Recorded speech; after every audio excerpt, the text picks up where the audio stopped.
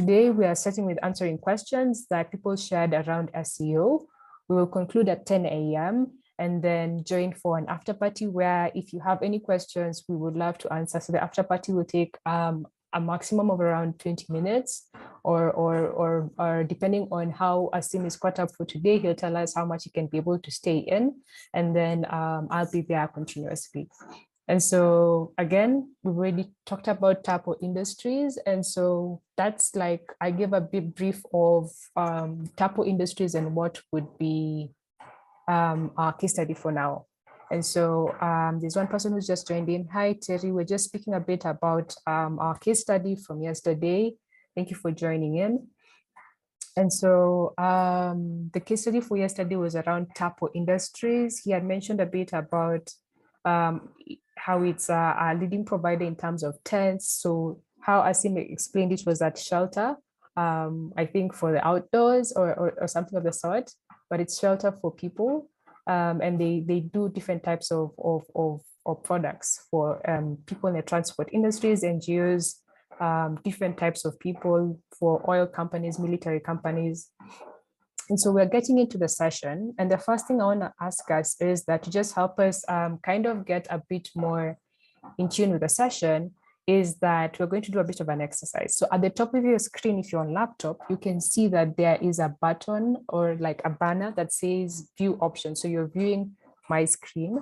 If you can see there's an option there saying view options, click on annotate.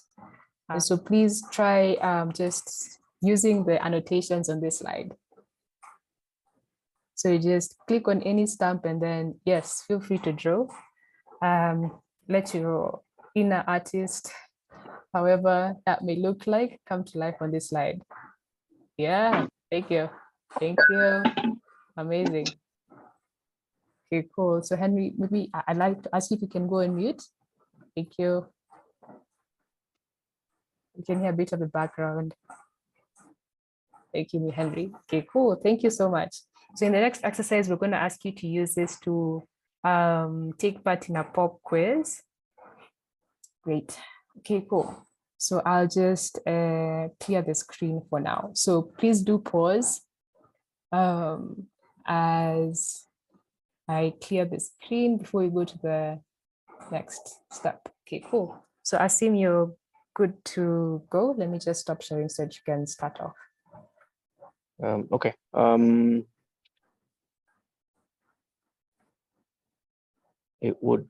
think it would help to just know from the three newbies, Terry, Rahab, and Henry, what level of expertise you might have in SEO. Are you complete beginners or are you a little bit experienced? Maybe just pop it in the chat so that I have some background as I go on. So based off yesterday, this was something that I had presented yesterday. 95% of click-through happens on the first page of search engines, according to Moz.com. If you think that's true, then put your stamp on true, or if you think it's false, then do what you need to do on false.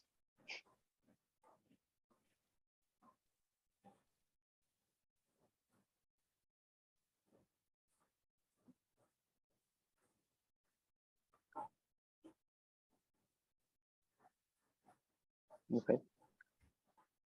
Yep, yep, everyone's saying it's true, it's true. We'll move on. Oh, I have to clear the screen first, hang on.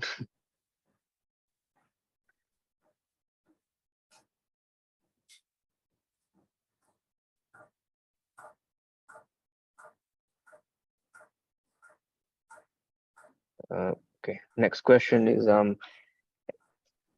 or rather, next thing I said yesterday was SEO is not a one-time activity, it's a continuous process. So if you believe that's true, then again, stamp yourself on true. And if you believe it's false, then stamp false.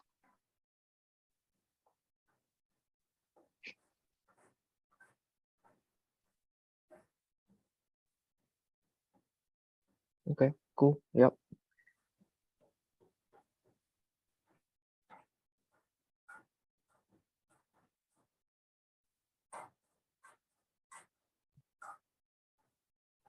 Then this is something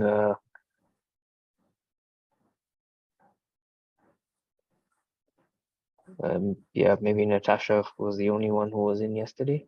Maybe you can share something in the chat, or you can even unmute yourself and speak.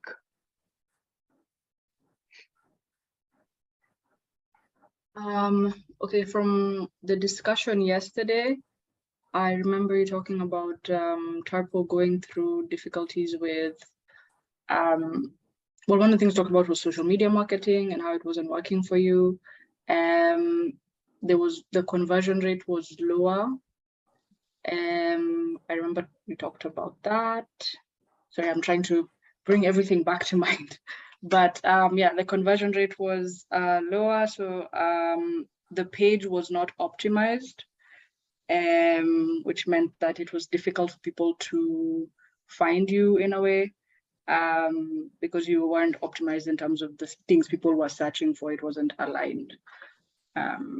Yeah. Yeah.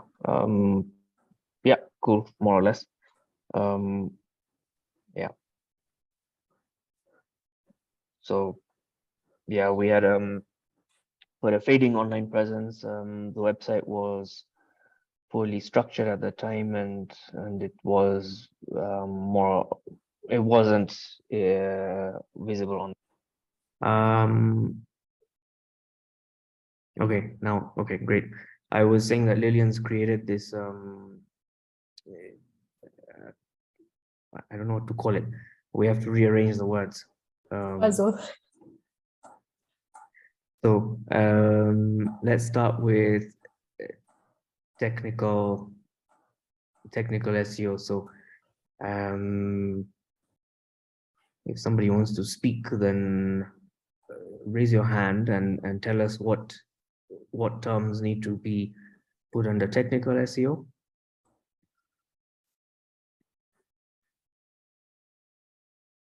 Feel free to make a guess. No judgment.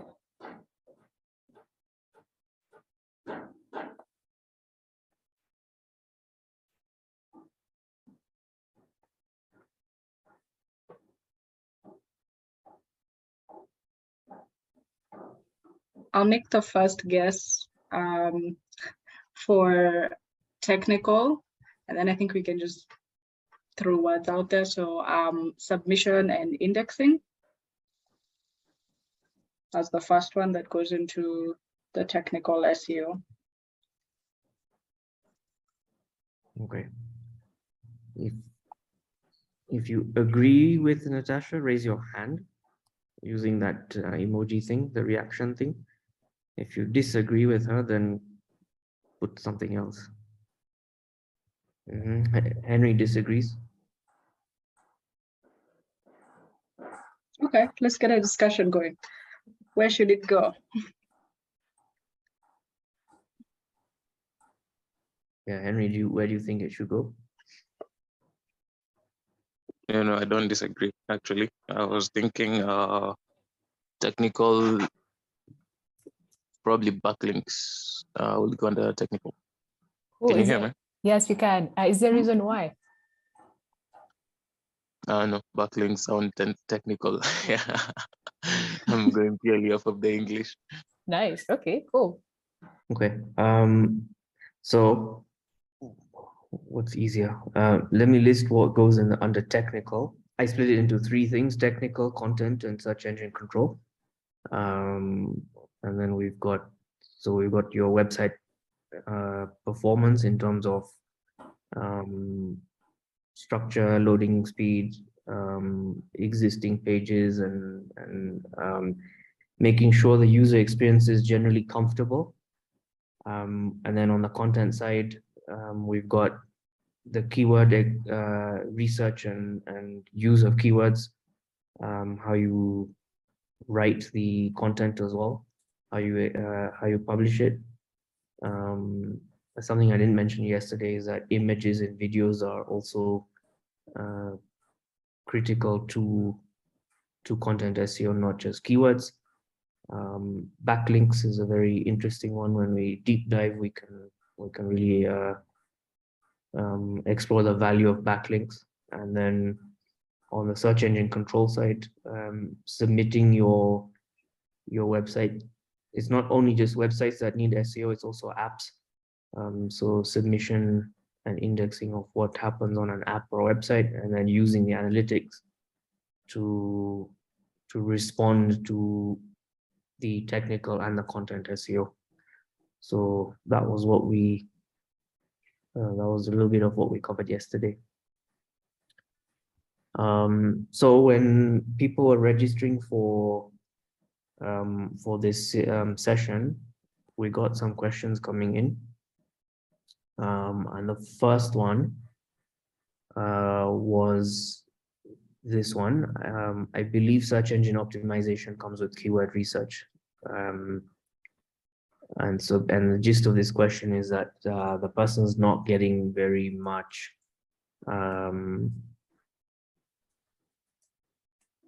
I guess enough results in terms of their research into the keywords that they want to use.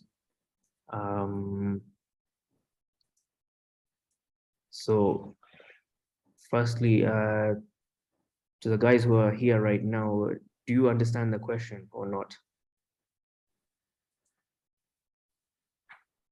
Anyone who doesn't understand the question, just feel free to say so. Okay, so the simple answer to this question is, if you go and look at what you believe your competition is, so if I'm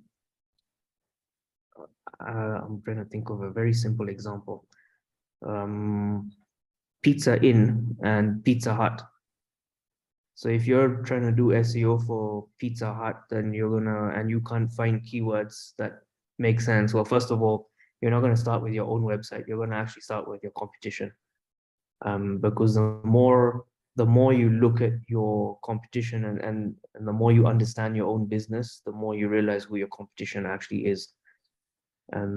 So the keyword research is looking primarily at what your competition is doing and whether they're succeeding or not.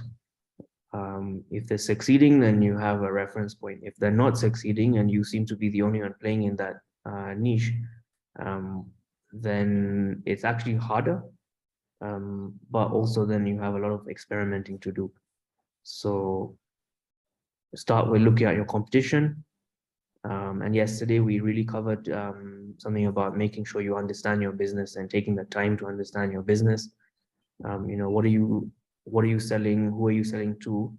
And then trying to use the words that describe what you do in putting it into the various research tools, so that you do get an indication of what words might make sense. Keep in mind that when you start looking at regional or localized SEO versus global, language plays a big factor. So the keywords in Swahili, for example, might be very different to the ones used in English. And if I'm pretty sure Natasha has some experience of different languages coming into the picture. We certainly did. Natasha's, you unmuted yourself. Do you want to say something? Yeah. Well, the company I work for currently is a German company. So they deal a lot with the market specifically in Germany. So the keywords that would be used there are basically very different. And also the industry that they're targeting there is different from here, because I work for a sustainable housing company that does something very specific to the German market. So yeah, I agree that keywords can be very different depending on the language and depending on the country. Yeah, thanks for that. Rehab has a question in the chat as well. Yep, I've seen that. How do you know they're succeeding? So I'm guessing your question is specific to keywords, right? How do I know that, or is it about the competition? Yeah, about the competition. Okay, I feel like, okay, so that's a little bit of a deep dive in that you'd use a combination of tools to look at what the competition is ranking for. Yesterday, I talked about using Google Analytics, Search Console, Google Ads, which has a keywords planner in it. And then there's a bunch of other tools that you can use. Not all of them are, you don't have to pay for all of them. And you kind of connect the dots and you can see what to do. I think it's, Lillian, it's something to take note of. I think we need to deep dive in that. So we can maybe chat a little bit about it in the after party. Yeah. Are there any other questions related to this question?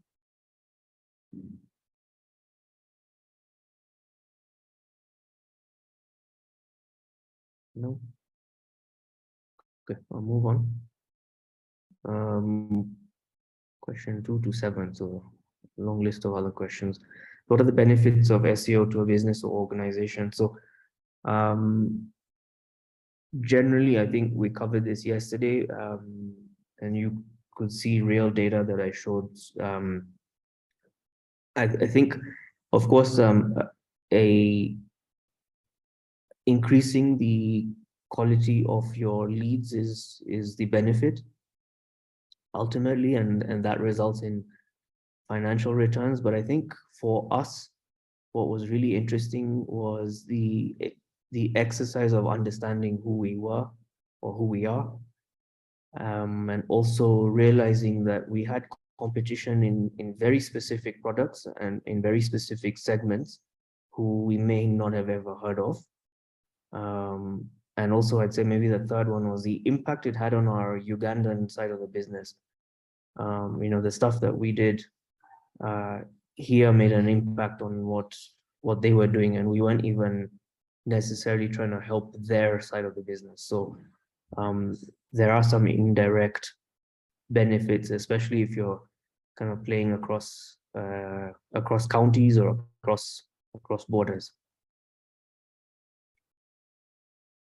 If there's something that I say and you want to ask further about, just put it in the chat, because I'll, once I see it, I'll try and answer that as well. Does your SEO strategy vary depending on your industry? Most definitely. I think Natasha actually answered this yesterday as well, that again, understanding who you are makes a huge difference in terms of who and how you talk to in terms of your audience.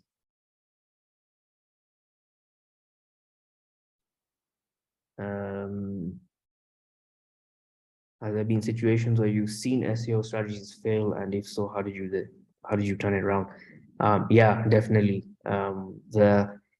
Yesterday I shared a chronology of our marketing process, and I think it was a 7-year process. We started our SEO initially in 2018, and then I shared a little graph showing that we had a whole bunch of page views in 2019, and then it dropped in 2020. We made a change, and we basically cleaned up the keywords that we were wanting to rank for. So we basically started off by saying we want to increase the volume of traffic, which we did. So we basically grabbed and put in every little keyword that we could find, and then realized that actually that wasn't what we wanted to achieve. We wanted to actually achieve quality of leads as opposed to traffic.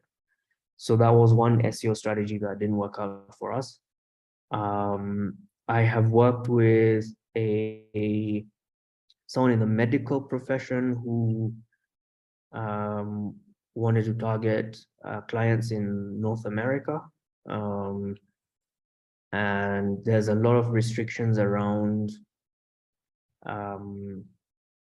is a keyword. Okay, I'll come to that. There's a lot of restrictions around what you can and cannot advertise in the medical field, especially in the States. So that was a really interesting thing where we were in a battle with a client because client didn't understand the legalities behind advertising something that's not allowed to be advertised. So that was a battle between sort of search engine optimization, paid ads, and it didn't work because the client didn't really understand what was allowed, what they wanted to do, and what we were able to do with SEO without spending on ads. I think that's another deep dive opportunity as well at some point. I have a client at the moment who is going on the same journey that Tarpo went on. Initially, they want to rank for everything. And I cannot get them to understand that that's not a wise thing to do. So we're going to just rank for everything for starters, and then we'll learn from the fact that it's the wrong strategy. But I think sometimes the boss just wants to see the results that they want to see, and you just kind of give them that. So especially for those who are new to the field and are thinking of getting into it, you can get some very interesting bosses who don't understand search engine optimization. Just coming to that question in the chat, Lillian, you asked what is a keyword. That's actually a really good question. Sorry. Go on. I just wanted to add, the reason why is I can hear you saying the word keyword a lot. And so for me, one of the things is that I think I understand it, but at the same time, if you told me to describe it, I couldn't do it. And so it would be really good just to know what does the word keyword mean, so that when you hear you say that strategies can fail based on the keywords that you're looking to rank with, or keywords that you focus on, or some of the sort, what does that really also mean as well?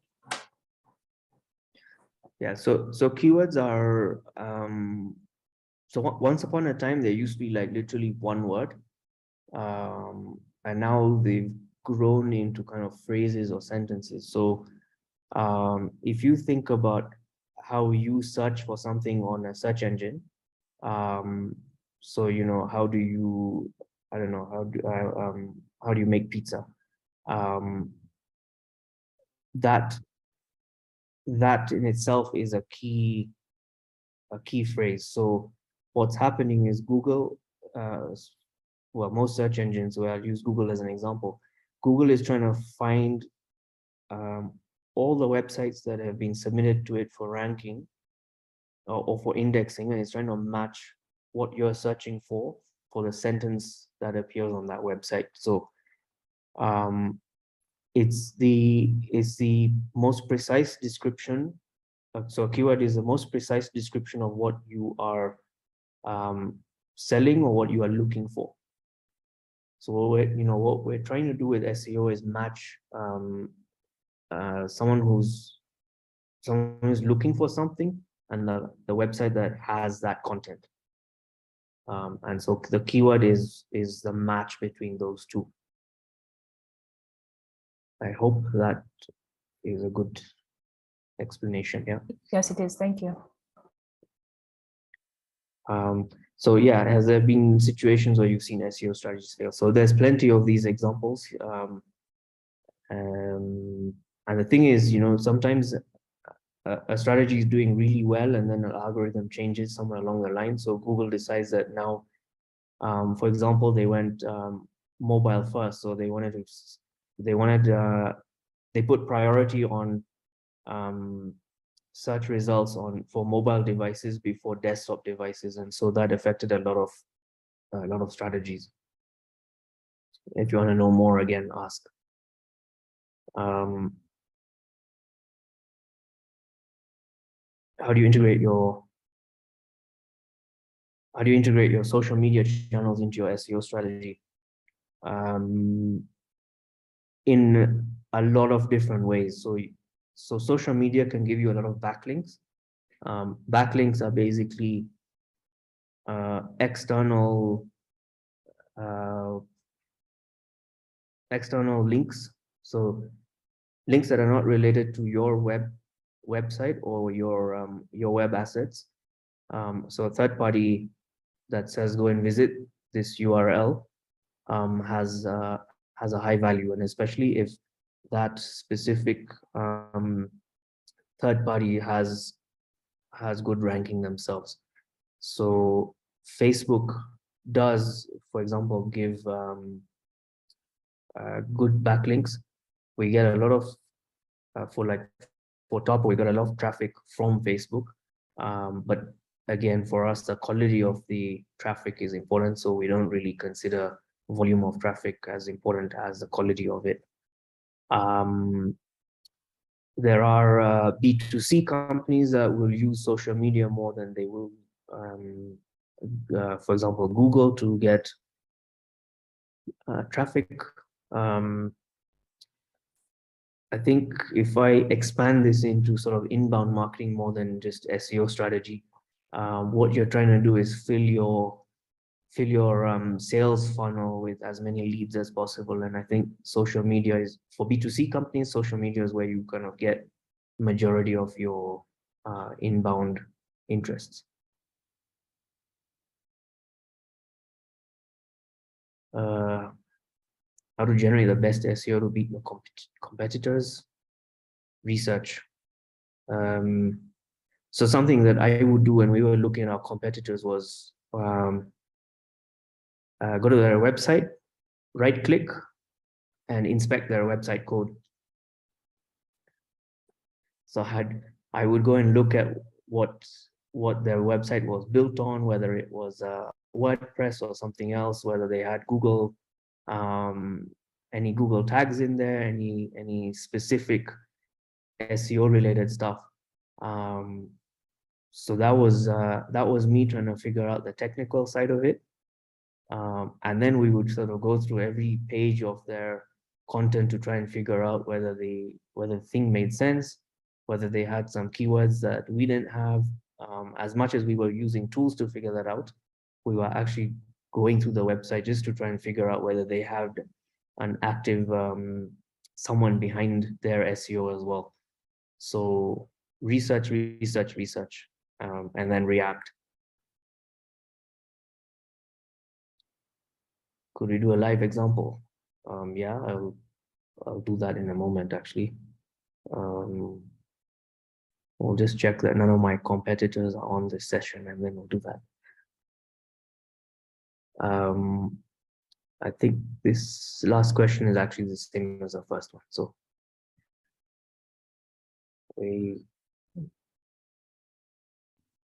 yeah.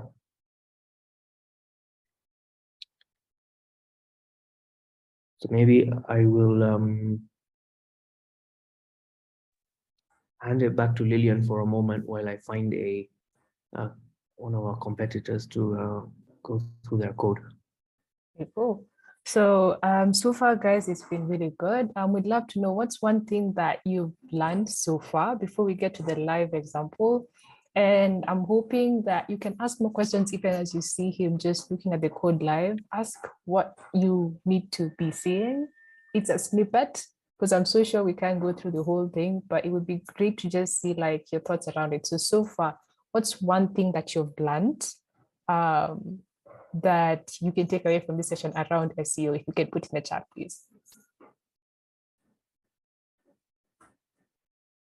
And of course, the questions that have been asked, there's still the after party where you can come and ask questions deeply, and it'll just be the group. It won't be recorded. Ask any questions, anything to do with SEO, anything to do with Tarpo Industries, anything to do with redesign learning community, anything to do with, working around SEO. That one I know I can leave Asim to, and maybe Natasha, because they're more experienced with that.